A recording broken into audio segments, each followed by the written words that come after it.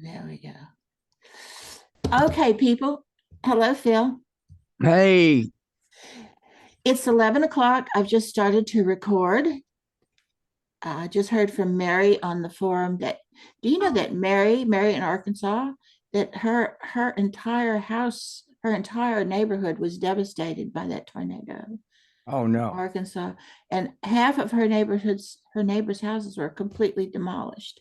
Hers is standing, but in 2 months she still has no internet, and that's why she's not with us.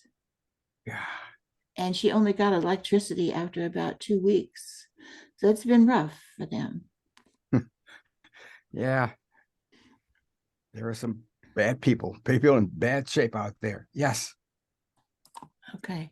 Well, hello, everybody. Mark, Hello. Leon, Jeffrey, There you go. and And Michele. we've got Svawan. You gotta help me pronounce Sawasvan.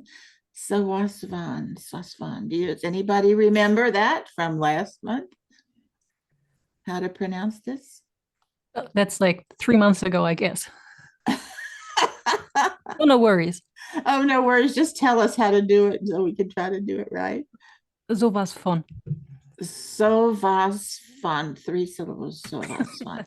And you won't be upset if we say I'm not upset. Okay, good. Okay, there we go. Okay, so it is 11 o'clock and I'm going to go ahead and start, except we have Lisa in the waiting room. Oh my God, I got to keep looking up there for new participants. So and there is Lisa. Hello. Can you say something? Hi there. Okay, so everybody can hear everybody. And we are recording. I guess y'all noticed in the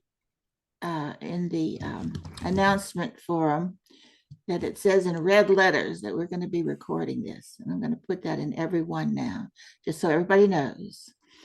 And we've got Mark with us today. He's going to do section, is this your second or third, your second iteration of recording tips? And we're going to talk about pacing. Larry, you and I are going to learn about pacing. I really want to learn about pacing because sometimes, I get it wrong, and Somebody else has a dog. Oh yeah, I have two papillons. Hopefully mine will stay quiet. Two papillons, that's what you call those dogs. They're only about 8 pounds apiece. And then Richie's going to talk to us about decibels. So that's what's going to be, and we're recording this for people who aren't here again, and for people who are going to show up 2 years from now and watch this video. And then I'm going to take y'all on a little tour of the new, my new platform, and I'll talk to you about a few of the problems with that platform. And maybe you all have solutions, or somebody does. So without further ado, Mark, I'm going to turn it over to the pro. Do I have permission to Yes, you do. share my screen? Absolutely. I'm going to keep my eye on the admit screen for make sure everybody gets in. Hey, baby.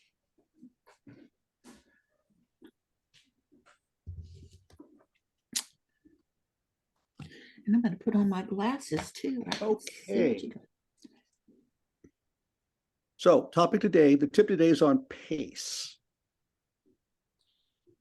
So first concept, there's a difference between reading to yourself silently, reading aloud, and listening to text read aloud. Talk about. A mature reader reading to yourself, you may not even be aware of it when you do it, but you don't read one word after another. You read the text in chunks. I mean, it's a mature reader can read to themselves a 12-word sentence in like 1 second and comprehend the whole thing. Oh, if you're a speed reader, which I can't do. And speed readers can do even faster than that. But whether or not you're aware of it, you read in groups of words, not one at a time. However, when you read aloud, of course, you can't do it that way. You have to speak each word one after another. Mm-hmm. So it's slower. Listening is one step beyond that, because unlike reading silently to yourself, you have to get to hear that last word before you can comprehend the subject, the matter of the entire sentence. Then there's a little processing time to comprehend that before you're ready to move on to the next one. And you think about some of the sentences we get, especially in old texts. It could be 80 words long with a giant clause in the middle. And the whole thing doesn't make any sense until you get to the very end. The listener has to have a little time to process that before they move on. Okay? I can't tell you how many times I was at a professional narrator workshop, and the participant would do their little 2-minute piece they're reading for feedback. At the end go, "Oh, I'm sorry, I know that was really slow." And the leader would go, "Well, I was going to suggest that you slow down." Because when you go from reading to yourself to reading out loud, it feels really slow because it is. But it isn't slow enough for the listener to comprehend it. You combine that with fear of being boring, and you have someone who reads too fast. And reading too fast it's more than just the sequence of the words are too fast. That's often not the problem. It's just there's no processing space for the listener in between them. That makes sense? Yep. So Yeah. slow down. And I mean, I'm guilty of reading too fast often. I become aware of it. But one has to consciously slow down. You do this by pausing and pausing more and knowing when to pause.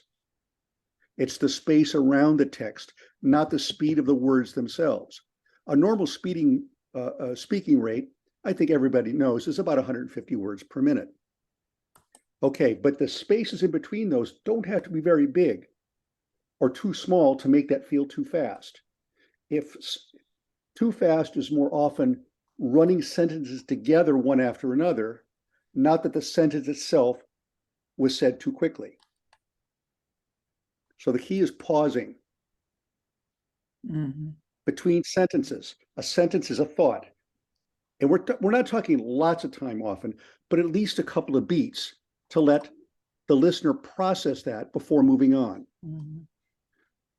Paragraphs are an entire thought.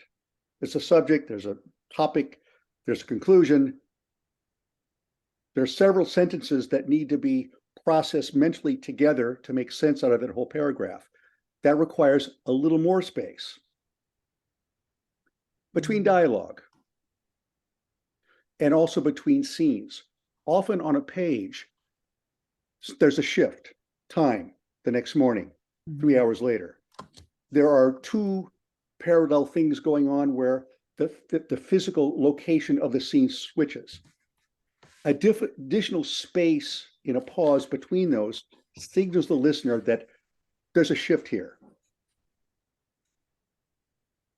Right. Think about how actual dialogue takes place.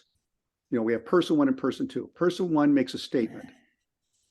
Okay, person two needs to think about that statement and then formulate a response. Usually, unless they're arguing back and forth, screaming at each other. But usually, person two then has to think about what they just heard, formulate a response, and then say it. So when dialogue occurs back and forth between two people, and this is especially true when there's no he said, she said attributions after each one, and oftentimes they're not. And somebody reading off a page can see that this is person one, person two, person one, person two. The listener can as well. Unless you're using really good character voices that separate them, you can do it just by adding some more space between the statements. So again, pause more. The comma is your frenemy.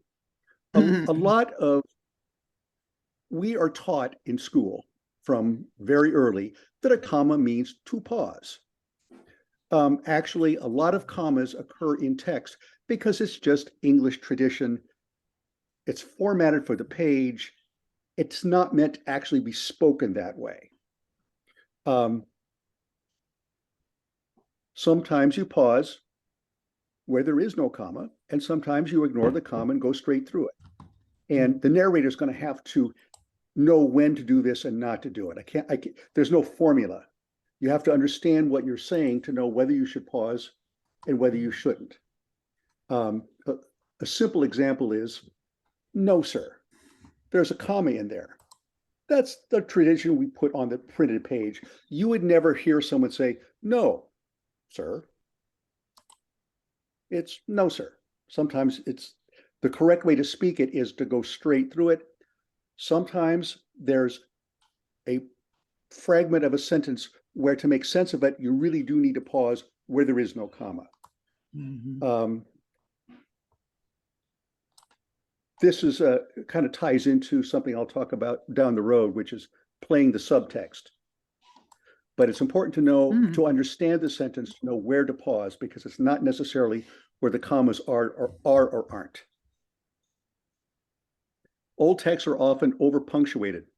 I'm sure you've all seen a 90-word sentence with 3 semicolons, 2 dashes, a colon, and 4 commas. Sometimes, and this is often over punctuation, and it's old style. A long sentence like that is often best broken up.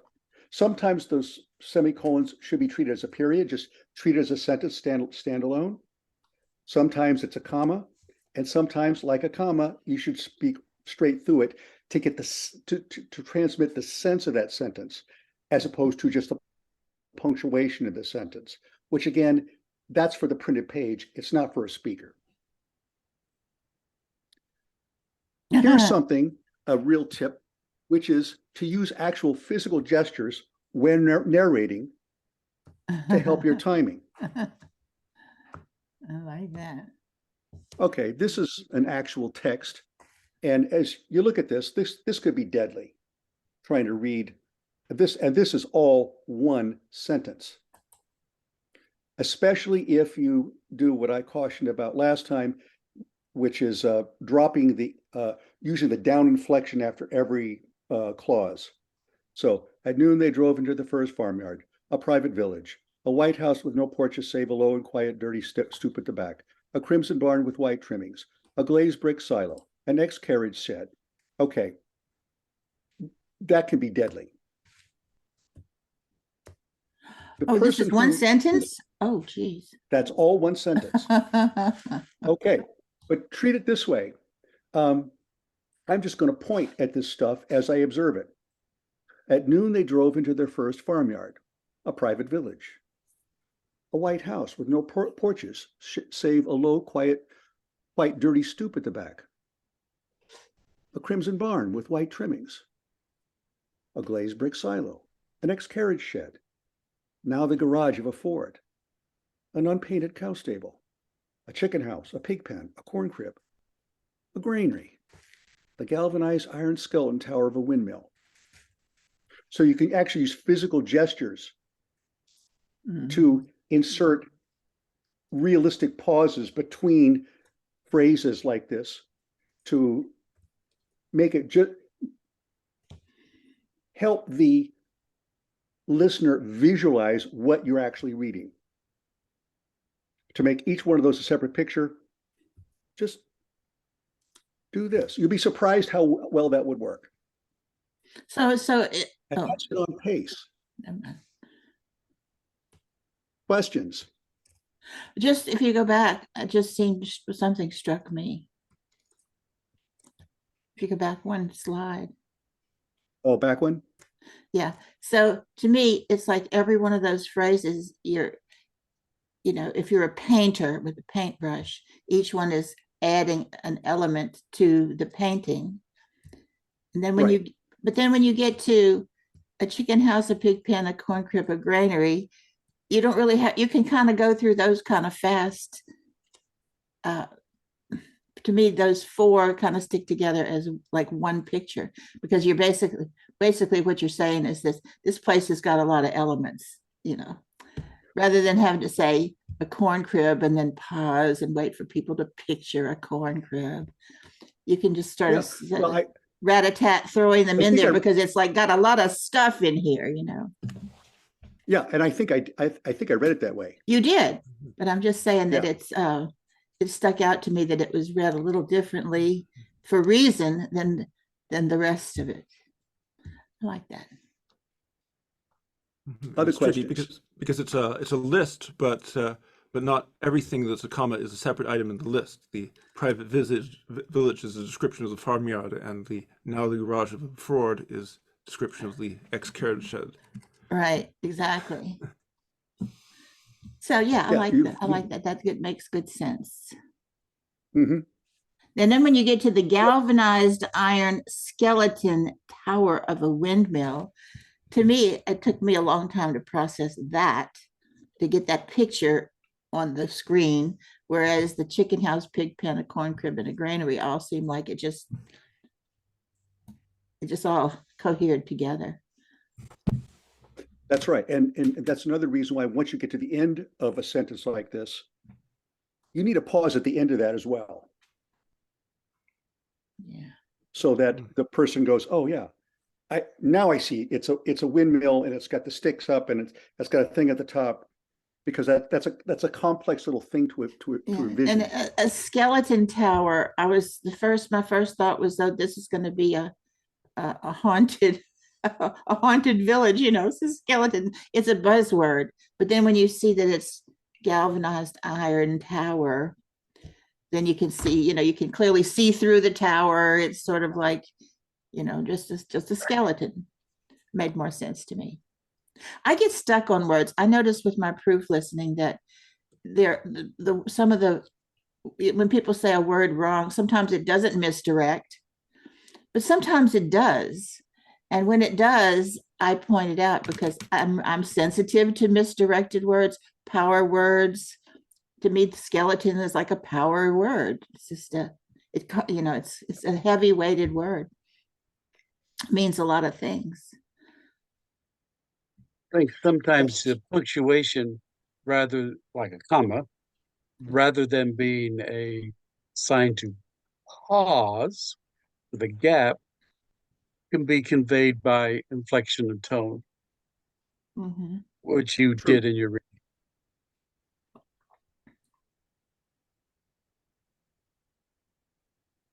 Anything else? So I mean, yeah, because I can get tripped up on this. At noon, they drove into her first farmyard.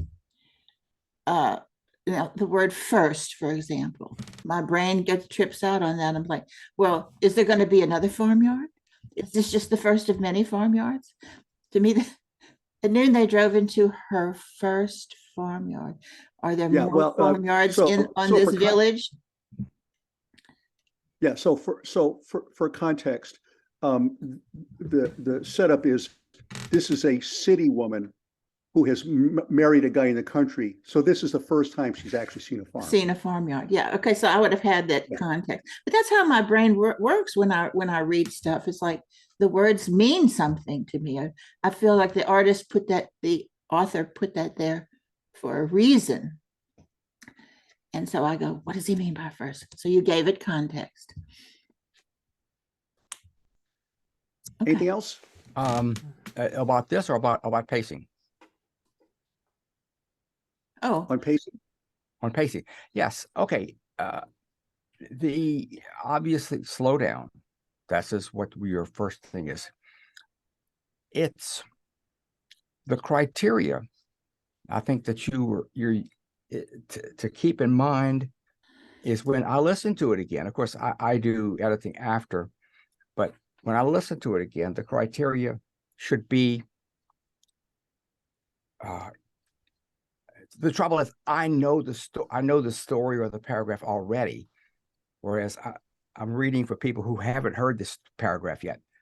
I may, how can I put this slow down or what criteria can I keep in mind when I'm recording and when I'm editing to be sure that it's slow enough? Is that, yeah, that's it. Well, I think just what I talked about, if the pauses are there, then it's probably slow enough. Okay. Okay. And you know what, Phil? Mm-mm. If everybody would do this, is record, edit, and don't upload for about 3 or 4 days. Then away from the text, just go back and listen to your recording. Just listen to it like a listener, and it's a whole different experience than when you're editing and listening while you're editing, and even listening again while reading the text at the very end, just to make sure you got it all. Go away for 3 or 4 days, then listen. And it's like, wow, that was great. Or oops, that part wasn't so good. Michele, you just reminded me of something. A few days ago, a week ago, I was flipping through YouTube and I found they had one of my old recordings of something, Wizard of Oz or something. And I listened to a little bit of it, and the pacing wasn't right. I could hear it. I said, I'm crowding those sentences in there. I need more pauses. I could hear it because I've done this, 10 years ago. I could hear that it was too fast. I crowded it. I started another sentence immediately afterwards. So good point. I remember one time early on when in my Librivox world, you did a project, Phil, called On the Trail of the Immigrant.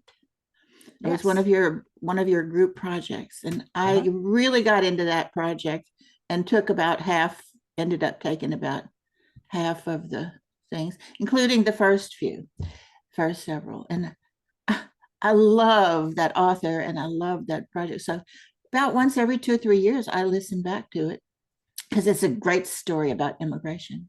Okay. And I'm like, why did I read so fast? I was reading like somebody was chasing after me. And I remember calling you and saying, could you re-upload those?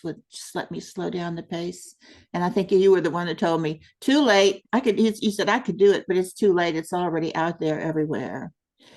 So it's worth it to sit back for 3 or 4 days, let it sit and marinate, then listen again, because you can never change it after it gets out there on YouTube and every place else. Well, thank you, Mark. That was very informative. Yeah, I think in your remark about old text being over punctuated, sometimes the opposite is true too.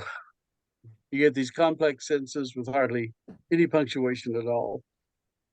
And it's interesting, a director, the first thing they'll say to their amateur actor, slow down, slow down. So sometimes we would slow way down in an exaggerated way just to get a feel for it, and then you speed it up.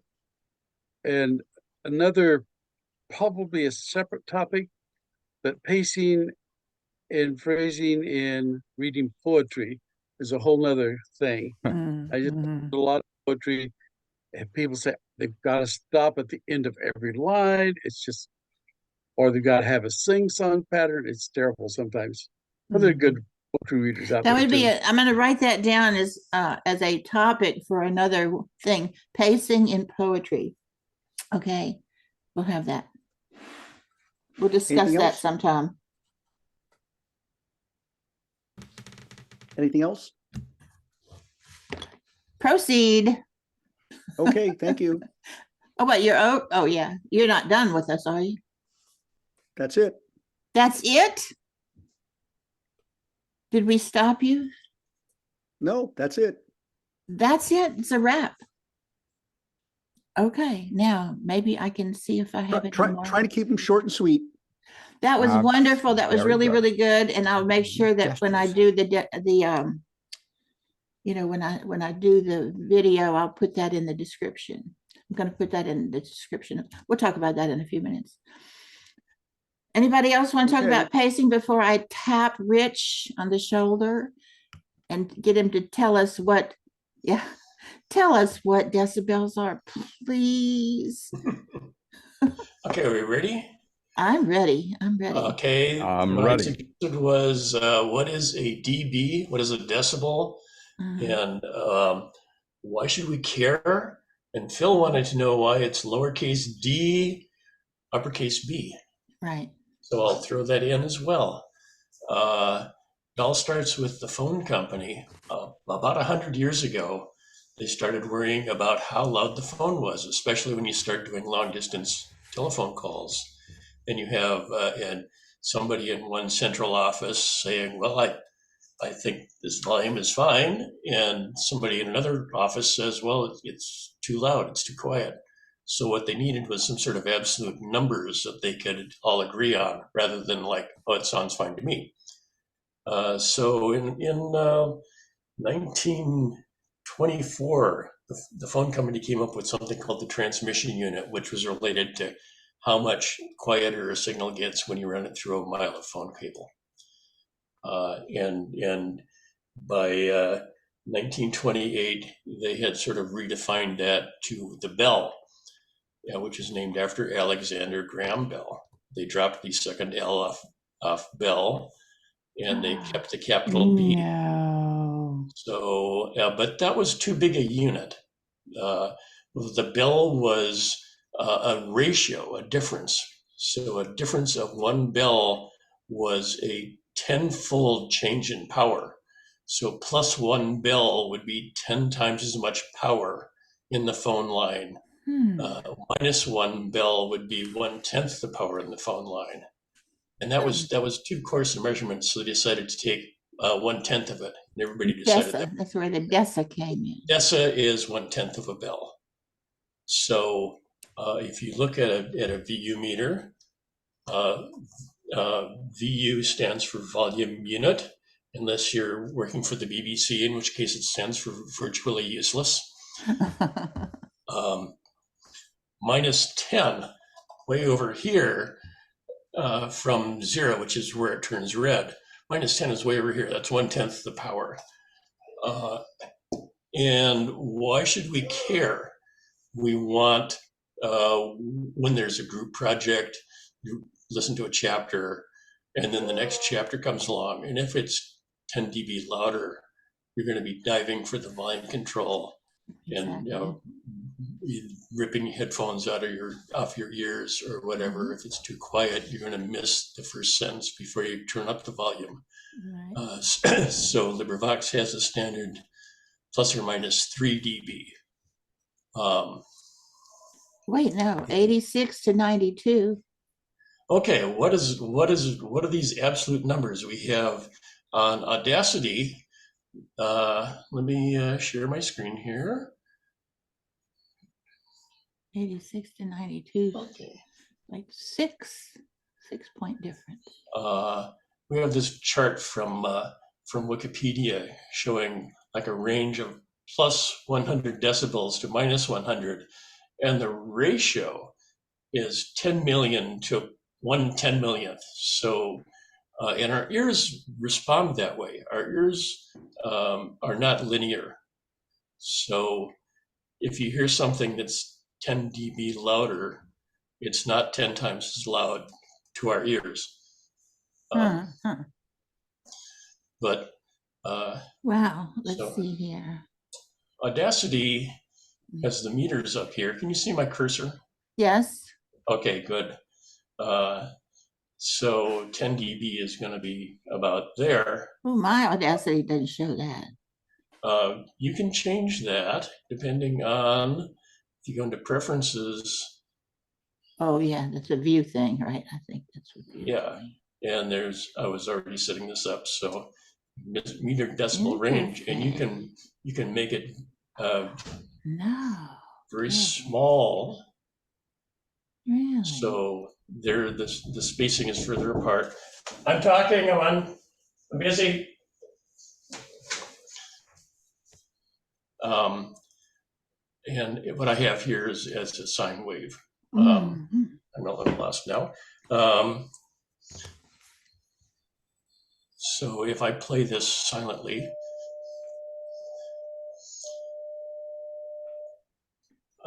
you see that the volume, -6. the back volume comes up to minus 6.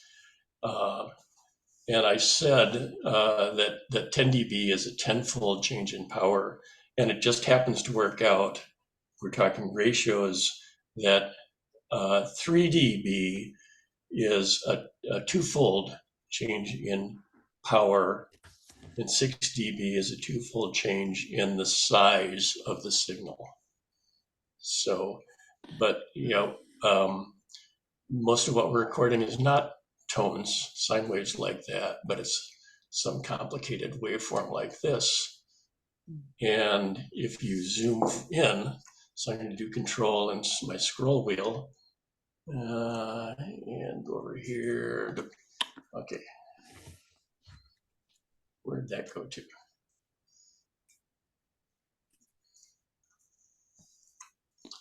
Hold on just a minute. Stop. Yes. You said you press control and then your mouse scroll wheel will zoom in and out on Audacity? Yep. Or I can do it with control and the number 1 key. So that's my voice, which is not a sine wave. And there's 2 things you need to control. One is the very peak levels. You don't want that to get all the way up to the top because it's going to squish, it's going to clip. Mm-hmm. And the average level you want to maintain so that your ears say, yeah, that's about the right volume. Okay, if I can interrupt one more time. Absolutely. If you press that envelope thing right next to the cursor, up high, up there. Yeah, up a little high. That envelope, if you click on envelope, can you relate that to what you're talking about?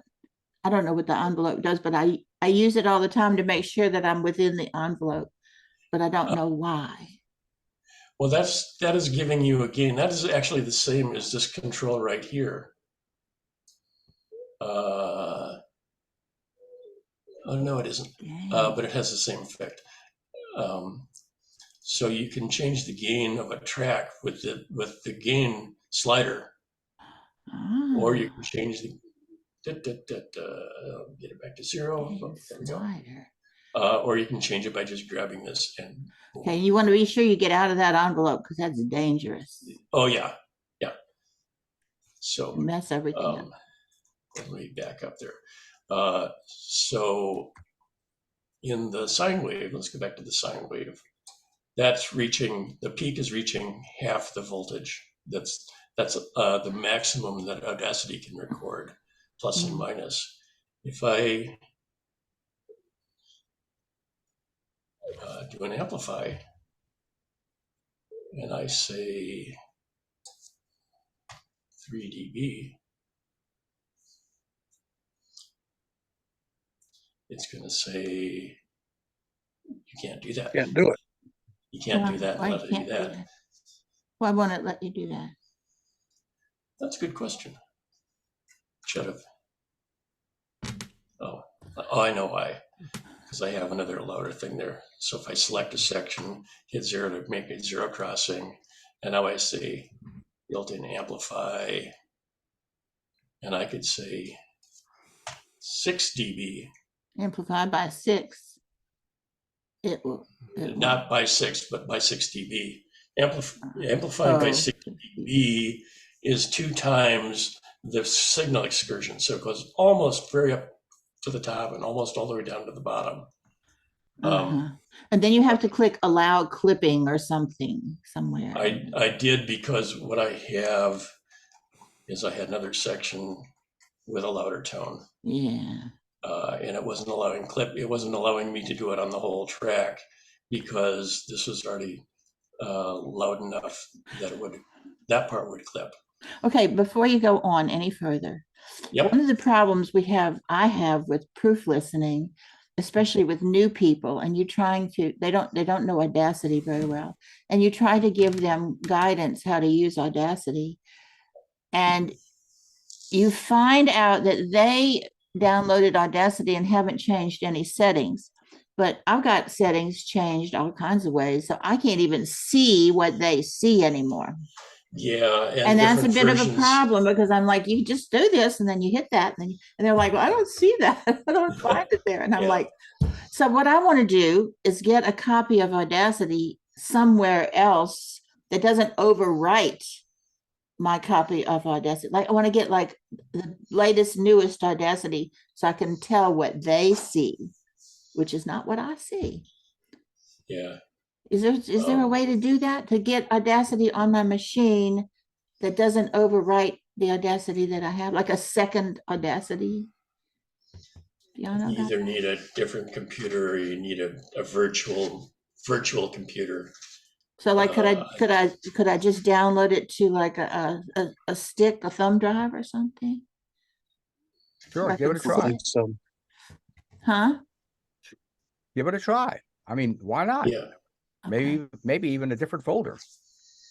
Oh, a different folder. A I thought different it just folder. downloaded automatically to download I don't know. and overwrites the other one. Yeah, because it's installed before it happens. But if you have a second computer, you can do a right off the brand new version of Audacity. Yeah, that's what I need, is a brand new version. Just to see Oh. what it looks like without any changes. Like before we change the keystrokes and all that stuff, just how it comes Yes, originally, so you could advise people what to do. And let me show you one more thing here. So I'm going to share again. Okay. I seldom use this display. I go in here, right click, and I use a dB scale, which is distorted as far as the waveform. But if I go to a standard control F2, which gives me a nice time scale. So it's like that's a second, how much is a second. And I use that a lot because I then when I'm editing, I know a sort of space of a certain width is a time of a certain duration. But what it lets me see is, here's a breath. And if I was looking in the linear view, I wouldn't see that at all. And I may or may not care, but as I'm used to looking in this view, Holy I mackerel. can see quiet things. And you could also grab it and do a noise removal. You could get a noise profile on that Just a breath second. and then erase the whole file. If you wanted to get rid of those breaths, you could Yeah, erase I'm them. reluctant to do too much noise reduction. I'd rather have a little bit of noise that runs through the thing than have it sound like it's been processed. True, but I've had one very, very experienced reader tell me that the way he gets rid of his breaths, I mean, they're still there, but they're very, very faint and not like gasps like that, is he takes one. I didn't know that he did it maybe the way you're just now showing, but he would take a breath, get a noise profile on it, and then just run that profile through the whole file. And he said, I think I've even mentioned this before, he said it did not appreciably affect anything else. So that's how he got rid of breathing. Then you hear other people say they like the breathing. They like to hear, they like. Yeah, I'd worry about that because I always figure there must be artifacts that I don't notice that other people do notice. So something that I process it sounds fine to me may not sound fine to somebody else. I've wondered about that too with these cheap earphones that I've got. Maybe the other people aren't Exactly, hearing what yeah. I hear. But the real important thing to remember about decibels is that the actual number varies depending on who decided what the standard is. If you're the phone company very deliberately said 0 decibels is 1 milliwatt of power into a standard load, which is 600 ohms to the phone company. That's their standard. So that's their 0 dB. If you go to Checker, it's going to say 0 dB is something really, really quiet. So that we're looking for something in the range 86 to 92 dB relative to something really, really quiet. Right. If you have an anechoic chamber, they're going to say 0 dB is the quietest thing that a healthy person, young person with fresh ears, the quietest thing that person can hear. And an anechoic chamber is going to be like 10 dB quieter than that. So 1/10 the acoustic power Well, Yeah. see, that's why I don't understand what decibels are. So it's too complicated for me. So don't worry about the number, worry about the change in numbers. Mhm. That's the important thing. Larry, looks like Okay. you have a question or not. For me, I've heard comments from people who come to LibriVox from a professional recording background, and they go, "Why are you measuring things in decibels?" And they talk about things that I don't understand, like noise floor and so forth. And it seems like we're odd. We're We are odd. we We are are odd. and we don't own sound studios. We don't own really good uh, thick walls with layers and layers of sound isolation stuff. Phil We do does. what we can. We do what we can, but our noise floor is going to be higher than something done in a real sound studio. So we can't get too wrapped up in that. But what we can do, decibels relate very well to how loud something sounds to you. Okay. Well, thank you very much for that wonderful description. And I don't understand a word you said, not because of you, but because my brain just doesn't cover that. And I'm going to have to go back and listen. I'm glad we're recording this because I intend to go back and listen to that portion again and again and again until I get it. Okay. Okay. So I've been looking for the participant thing to see if I'd have anyone else to admit, but I don't have anyone to admit. And it's kind of peculiar because I don't know if Bill Jones has ever missed a single Zoom session until today. So, and I didn't hear from him earlier. So I wonder why he's not here. We know why Mary's not here. Anyway, I had one more thing I want to say before I show my brag. I have a brag, but I want to congratulate Larry Wilson for his 10th Libriversary. He's been here 10 years this month. And a little few bit more weeks, but yeah. Yeah, and a little bit later today, I'll be posting the Libriversaries for May. But I wanted to just congratulate you. I think 10 years it's pretty awesome. Went by quick. But I anyway, know, it did. oh, it's been a trip, that's for sure. It's sure, and you have got more posts. Now, see, my Libriversary is going to come up in June, my 10th Libriversary. But you've got twice as many posts as I do, or more. You have 2,500 posts to my 10,000 posts. Well, part of it is What is that all about, anyway? I do a lot of book coordinating. Yeah. I think I've done something like 180 projects that I've coordinated, and I do a lot of proof listening.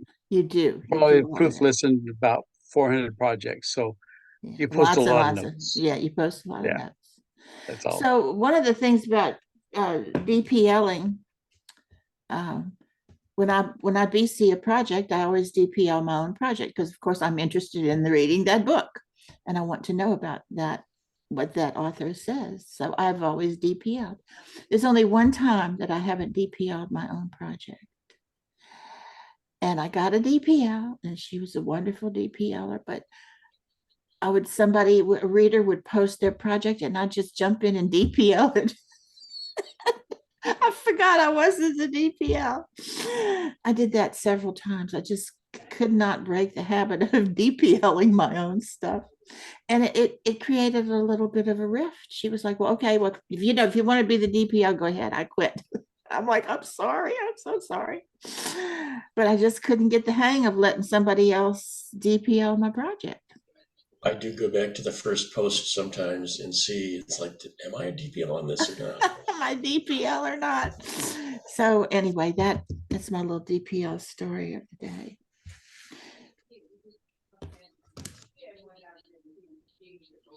So if anybody else wants to bring something else up, have a brag before we've got 15 minutes and I'm gonna do a brag, but I want y'all to brag first. I bragged on Larry. Now, who else has a brag to share?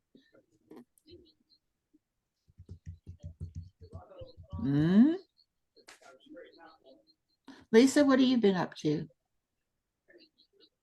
I have nothing. I haven't even read anything since in the last month. I've just been busy, and now I've got something out there, and I'm like, now I have this bad cold, so I'm like, I have a chapter to read, and I need to do it, but it's like, oh my gosh, I can't do it right now. I'm coughing and stuff, but so I got nothing. Sorry.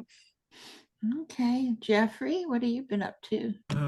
Well, let's see, I've got a couple solo projects that I'm in the planning stages, not quite launched. Okay. What's the proper procedure to get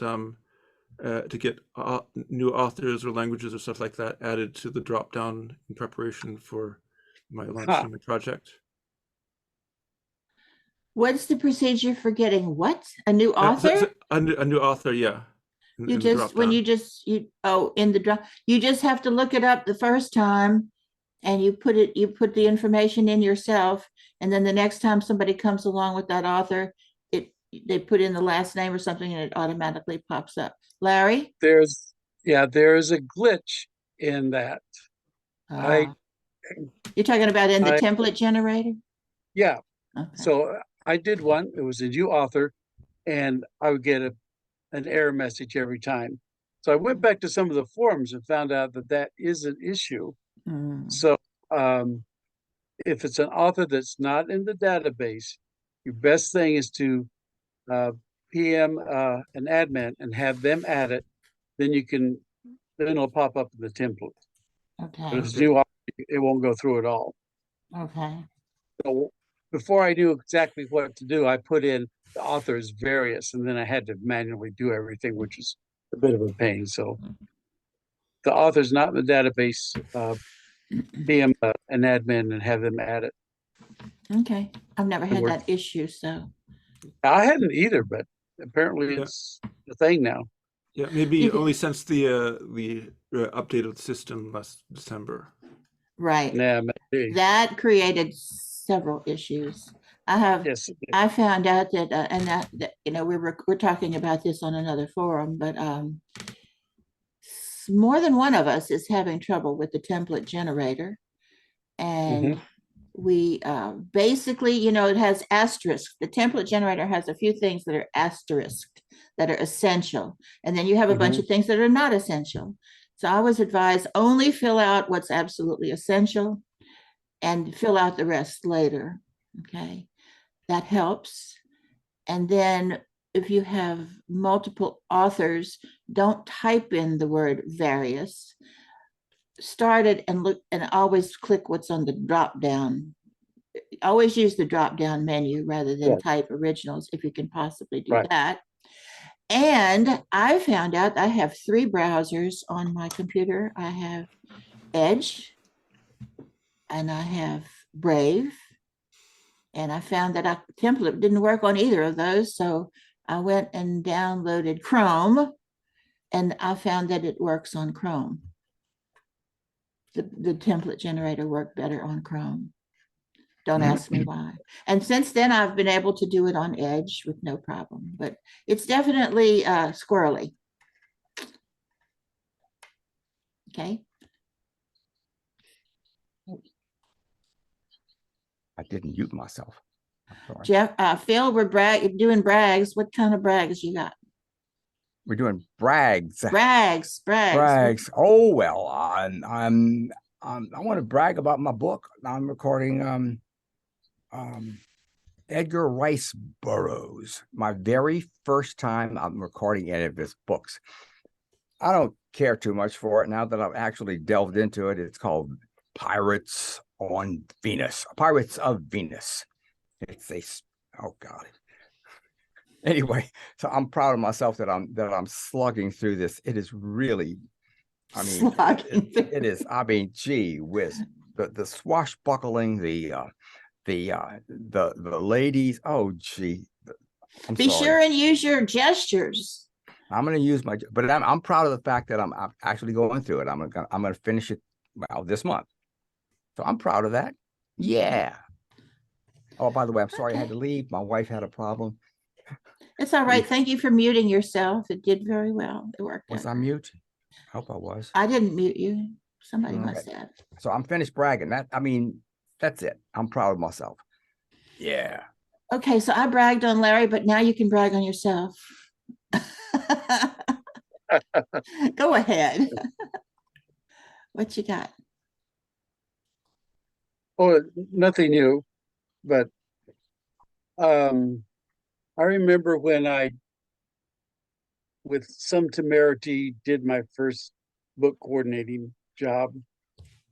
And I think that's what I enjoy more than anything on LibriVox now is coordinating book Group projects. projects. Yeah. Yeah, And, that's a whole nother topic. Coordinating group projects. We need to bring that up. yeah. I'm Yeah. going to put you down for that. Okay. Yeah, I've been thinking about trying to put something together on it. I have a lot to say on that too, but you can do the initial Yeah, presentation and then we can all coordinate. Coordinating book projects. Larry L.W., Larry Wilson. Next month, how about June? Probably not. Okay, well, just let me know. Let me know sometime in the future. We're taking off in our RV on May 31st. Oh, you're not coming down Baton Rouge way, are you? We had hoped to on this trip, but we had some schedule changes. So we're pushing through 8 days to Indianapolis for convention, then on to New Hampshire. Okay. But when we come back in the fall, we'll come through Baton Rouge. Okay, and then you let us know, and Phil and I will take y'all out to dinner. Have some good old Cajun food.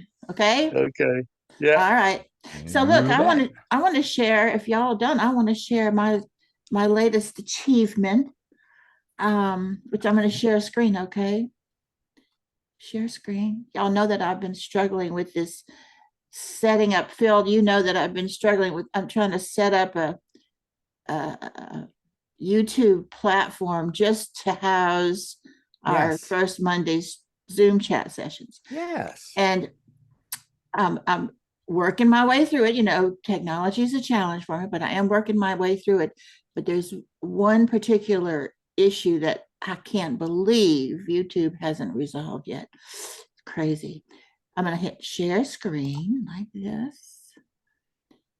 Oh, I'm going to go to, where are you?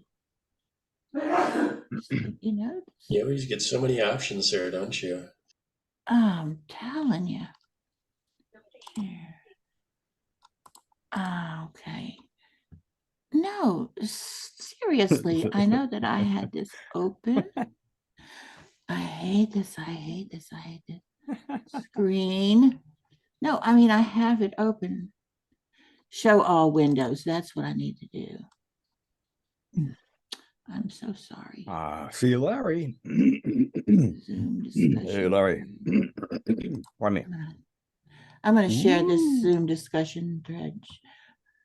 Librivox, where it is. That's it. Do y'all see that? No. Librivox Zoom Chat Session. Oh, we can see it. Oh, look at that. Took a Very while. nice. Okay, Librivox Zoom Chat Sessions. This is my brag.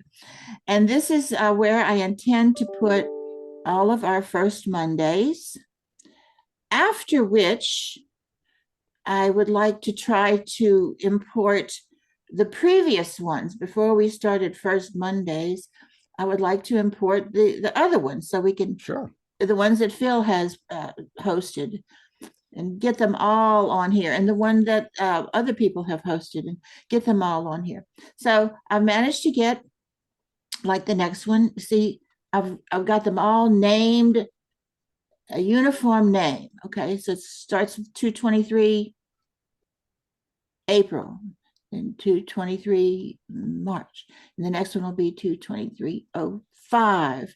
And that's good because we can put them in order. And if I want to look at the videos, which is the next page, they're like that, but that's not what I'm, oh, the playlist.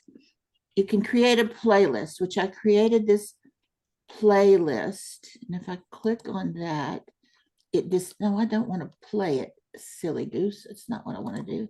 It's not that I want to play it. I want to display it. Channels, let me try channels. You'd think that they just would have. Okay, we're recording and welcome to the first Monday's Zoom session. There. Oh, I don't want to Okay, do I'm that. coming. Anyway, it's good. There's one page where there's all 5 of them are listed down in a row, 5 videos. And that's what I wanted to show you, the problem that I'm encountering. Like I can, if I upload today's session, you would think it would go in here after the April session, right? You'd think that's the way it would go, but no, it's going to be uploaded before the December 2022 session. That's how it's going to do. And you cannot drag and drop. You cannot order these things. So I can't upload the current session until I've gone backwards and uploaded all the other ones. That's the thing I want to complain about to YouTube. Why don't they allow us to drag and drop and put these things in date order or whatever order we want them to be in? I don't understand it. Videos. Okay, this is the welcome page right here. So that's all I wanted to do is show you that I am making some progress, but it's touch and go. And I'd like for all of y'all, when you come and visit this page, to subscribe. And what's the nice thing about it is when you listen to one of these, for example, it has a chat section. See, it has a comments section. And I would love for y'all to come and make comments.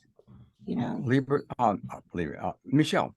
Okay, we're recording. Can I say something? Welcome to the first Monday's Zoom session for. I'm sorry. Go ahead. What did you say? In the chat of the Zoom session right today, I'll put the link to, I think, all of the videos on YouTube, which you can download or Yes. whatever. Try that and see if it works. I just quickly did that. Mainly, I can do that, but they have to go to a different. I wish you'd not do that because then it's just going to misdirect people back to the old section. And we've already got all your things, but you just have to. Oh, you got them all. Well, then never we mind. have them all. They're all there, but they're not all in one spot. I wish that you'd privately send me that. But what I am going to try to do is rename them. I won't name them First Mondays, but I'll put them the year, the month, and the day, and then your title, so that we can sort them all, so that we can go down the list and see. I mean, we've been at this since I think October 2020 or 2021.